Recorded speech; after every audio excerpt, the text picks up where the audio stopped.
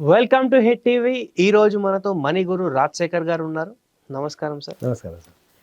So మనం ఈ money talks సిరీస్లో మనీ కోట్స్ బుక్స్లో కొన్ని కోట్స్ని పిక్ చేసుకొని ఇంట్రెస్టింగ్ టాపిక్స్ని ఇక్కడ మాట్లాడుతున్నాం కాబట్టి ఇంకో టాపిక్ ఇప్పుడే నేను ఐడెంటిఫై చేశానండి. ఆ కోట్ ఏంటంటే ఇక్కడ ఏదైనా విషయం మనల్ని ఇబ్బందికి గురి చేస్తుందంటే అర్థం దాని పట్ల మనకి పూర్తి అవగాహన రాలేదని. అది డబ్బు అయినా మరేదైనా. పర్ఫెక్ట్. సో ఇది రాసిన దానికి ఒకసారి సమాధానం చెప్పండి. రైట్. అసలు ఒక విషయం లెటస్ సే మీ దగ్గర కారు ఉంది. ఓకే, సెకండ్ హ్యాండ్ కారు కొన్నారు, ఏదో కారు కొన్నారు. ఆ కారు వెళ్తుంది, మీకు ఏదో ఇబ్బంది కలుగుతుంది, సమ్ డిస్టర్బెన్స్, అంటే ఇంజిన్లో కొన్ని డిస్టర్బెన్స్, డ్రైవింగ్లోనూ మొత్తానికి ఏదో ప్రాబ్లం కలుగుతుంది. Right. So your journey is not smooth, అంటే మీ జర్నీ స్మూత్గా లేదు. ప్రాబ్లం ఫేస్ చేస్తారా? చేస్తారు. అదే మీ ప్లేస్లో కార్ మెకానిక్ ఉన్నాడు అనుకోండి, సేమ్ ప్రాబ్లం ఫేస్ చేస్తాడా? చేయడు. ఎందుకు? సొల్యూషన్ తెలుసు కాబట్టి. ఏమైనా ప్రాబ్లం ఉంటే ఆయన రెక్టిఫై చేసుకుంటాడు. అంటే అవి కారు ఇంజన్, దాని రన్నింగ్, దాని కండిషన్ మొత్తం తెలుసు కాబట్టి, ఆ విషయం గురించి అవగాహన ఉంది కాబట్టి ఈ కెన్ రిపేర్ ఇట్. ఏంటో ప్రాబ్లం ఏంటో చూస్తాడు, ఐడెంటిఫై చేస్తాడు, టెక్ చేస్తాడు. అది మనకి తెలియకపోయినప్పుడు ఏం చేస్తాం, జర్నీ అంతా మనం ఇబ్బంది పడుతూనే వెళ్తాం. రైట్. లేదు, మీ దగ్గర ల్యాప్టాప్ ఉంది, లేటెస్ట్ మీ దగ్గర ల్యాప్టాప్ ఉంది, నాకు జనరల్గా జరిగే విషయం అనమాట. ల్యాప్టాప్ ఉంది, ఏదో ప్రాబ్లం వచ్చింది, ఆపరేట్ అవ్వట్లేదు, ఏం చేసినా అవ్వట్లేదు, స్విచ్ ఆఫ్ అయిపోతుంది, లేదు ఇంకేదో అవుతుంది, మళ్ళీ మొత్తం జమ అయిపోతున్నాయి, పాడైపోతున్నాయి, ఏం చేయాలో అర్థం కావట్లేదు. మెకానిక్ వచ్చాడు, 10 నిమిషాల్లో సెట్ చేసి ఇచ్చాడు. ఎందుకు? మనకు రాదు, ఆయనకు వచ్చు కాబట్టి. ఆ విషయం మీద నాకు అవగాహన లేదు, ఆయనకు అవగాహన ఉంది. అవగాహన ఉంది కాబట్టి ఏ ప్రాబ్లం అయినా కానీ స్పాట్లో రెక్టిఫై చేసుకోగలుగుతాడు. రైట్. ఇంకొక ఎగ్జాంపుల్, మీకు రిలేషన్ ఉంది, some relation, maybe your wife or friend or mother, father, ఏదో ఆ రిలేషన్లో స్ట్రెయిన్స్ ఉన్నాయి, అంటే డిస్టర్బెన్స్ ఉంది. ఎందుకంటే డిస్టర్బెన్స్ వస్తుంది? మిస్కమ్యూనికేషన్ వల్ల, ఏదో ఒక రీజన్. అంటే ఏం జరిగింది అక్కడ? అంటే ఆ పర్సన్తో ఎలా డీల్ చేయాలి మీకు అవగాహన రాలే, మీకు నాలెడ్జ్ రాలే. ఈ పర్సన్తో ఇలా డీల్ చేయొచ్చు అని నాలెడ్జ్ రాకపోవడం వల్ల రిలేషన్కి డిస్టర్బ్ అయింది. అట్లా మీరు లైఫ్లో ఏదైనా చేసి చూసుకోండి. ఒక విషయం మనం డిస్టర్బ్ చేస్తుంది, లేదా మన పెయిన్ కలిగిస్తుంది, లేదా మనకు కనుక సమస్యను క్రియేట్ చేస్తుంది, ఇబ్బందికి గురి చేస్తుంది, డిస్కంఫర్ట్. ఆ ఇబ్బందికి గురి చేసింది అంటే మీనింగ్ ఏంటి? ఆ విషయం మీద మనకు కరెక్ట్గా క్లారిటీ లేదు. ఆ క్లారిటీ లేకపోవడం వల్ల మనం దాన్ని బెటర్గా డీల్ చేయలేకపోతున్నాం. బెటర్గా డీల్ చేయలేకపోవడం వల్ల మనకు అది ట్రబుల్స్ని ఇస్తుంది. సేమ్ కేస్ విత్ మనీ విషయంలో మీరు కానీ మన ఆడియన్స్ కానీ సమస్యలు ఎదుర్కొంటున్నారు అంటే మీనింగ్ మనీ గురించి మనకు పూర్తిగా తెలియదు. 90% ఆఫ్ ది జనాలు, నాకున్న ఈ 25 years ఆఫ్ రీసెర్చ్ ఎక్స్పీరియన్స్లో నా సబ్జెక్టుకి వచ్చే ఎదురయ్యే మొట్టమొదటి సమస్య, అంటే నాకు ఆడియన్స్ నుంచి వచ్చే మొట్టమొదటి సమస్య ఏంటంటే డబ్బు గురించి మాకేం తెలీదు, మాకు తెలుసు. డబ్బు గురించి మాకు అన్నీ తెలుసు, నేను చిన్నప్పటి నుంచి హ్యాండిల్ చేస్తున్నాను. ఈవెన్ ఈ టైంలో ఈ వీడియోస్ చూస్తున్నప్పుడు కూడా ఆడియన్స్ అదే అనుకుంటారు, మనీ గురించి నాకేం తెలియదు, నేను చిన్నప్పటి నుంచి హ్యాండిల్ చేస్తూనే ఉన్నాను. సింగిల్ క్వశ్చన్, పక్కన ఎవరు లేకుండా కూర్చొని ఒక్కసారి మిమ్మల్ని మీరు నిజంగా క్వశ్చన్ చేసుకోండి. నిజంగా నీకు గనక మనీ గురించి తెలిసి ఉంటే ఆ మనీ విషయంలో ప్రాబ్లమ్స్ ఉండాలా ఉండకూడదా? ఉండకూడదు. ఉన్నాయా లేవా? ఉన్నాయి. మనీ విషయంలో నీకు సమస్యలు ఉన్నాయి, ఇబ్బందులు కలుగుతున్నాయి, ఆర్థికపరమైన ఇబ్బందులు కలుగుతున్నాయి అంటే డబ్బు గురించి నీకు అవగాహన పూర్తిగా లేదు. ఈ విషయాన్ని ఎప్పుడైతే నువ్వు యాక్సెప్ట్ చేస్తావో అప్పుడు దాన్ని అవగాహన ఎలా తెచ్చుకోవాలని నెక్స్ట్ స్టెప్కి వెళ్తాం. ఫస్ట్ ఇప్పుడు మీరు ఇందాక చెప్పిన ఎగ్జాంపుల్లో కార్ నడిపిస్తున్నారు. అరే ఈ కార్ నడిపిస్తున్నాను, కార్ ట్రబుల్ చేస్తున్నప్పుడు ఈ కార్ గురించి నాకు సరిగ్గా తెలియదు అని ముందు మీరు యాక్సెప్ట్ చేయాలి కదా. యాక్సెప్ట్ చేస్తే మెకానిక్ని కన్సల్ట్ చేస్తారు.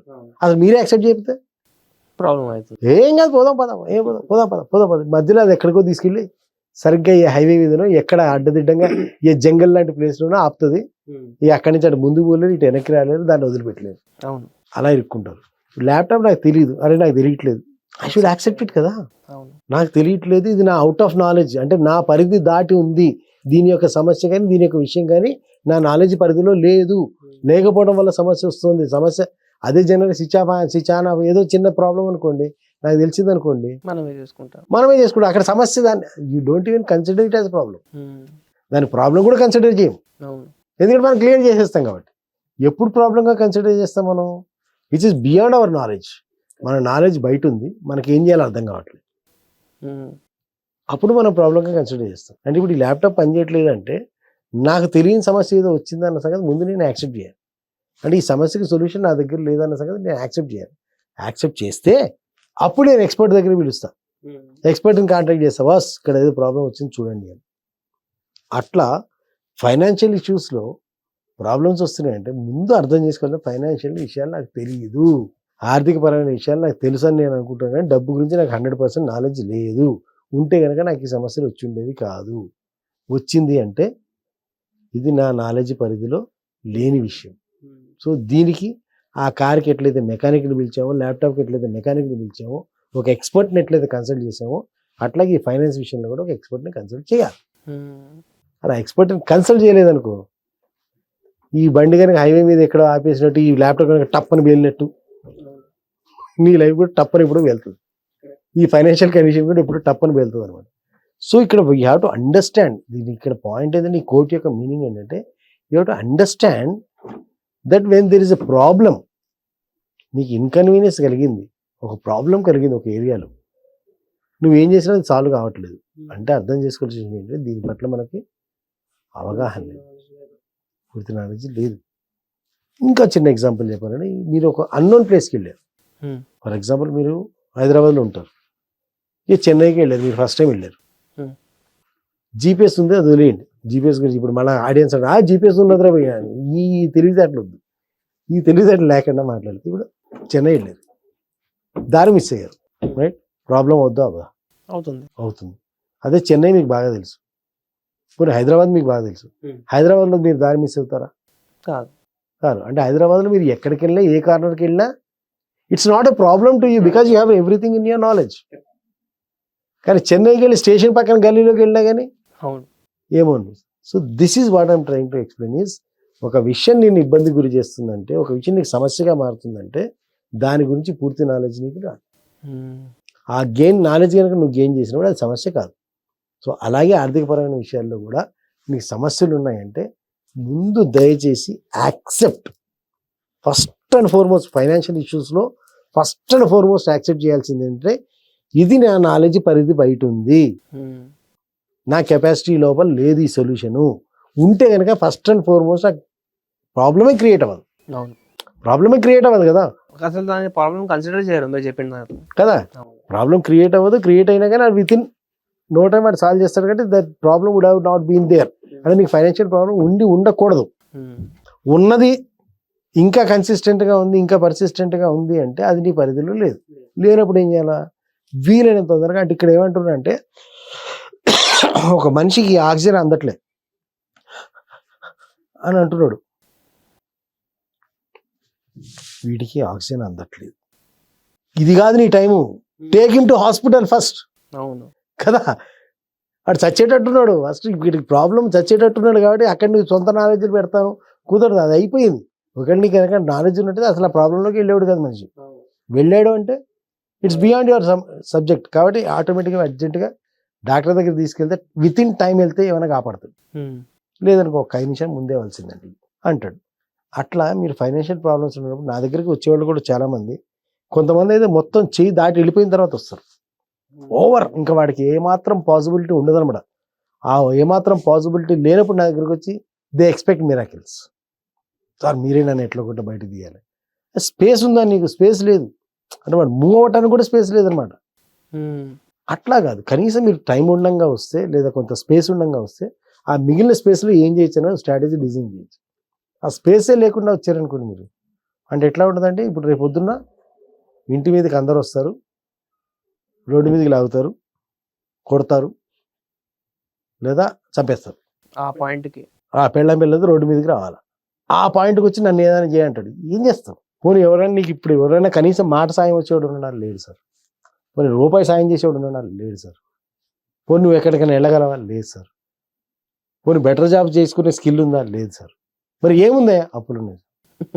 అప్పులు తప్ప ఏం లేదు. ఇంకా నిన్ను నమ్మినోడు లేడు, నీకు సపోర్ట్ ఇచ్చేవాడు లేడు, నీకు ఒక అప్గ్రేడింగ్ స్కిల్ లేదు, అంటే ఏ రిసోర్స్ లేకుండా ఇక కంప్లీట్గా జామ్ ప్యాక్ అయిపోయి ఇట్లా ఇక నెక్స్ట్ మినిట్లో చోక్ అయి చచ్చిపోతాడు అన్నప్పుడు వస్తారు. సో ఆ టైంలో నేనే దేవుడు కూడా ఏం చేయలేడు. So this is what I'm trying to request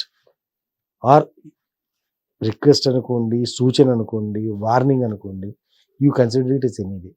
మీ జీవితంలో కనుక నిజంగా ఆర్థిక సమస్యలు ఉన్నాయనుకుంటే, ఆర్థిక సమస్యలు ఉంటే దయచేసి అది వార్నింగ్.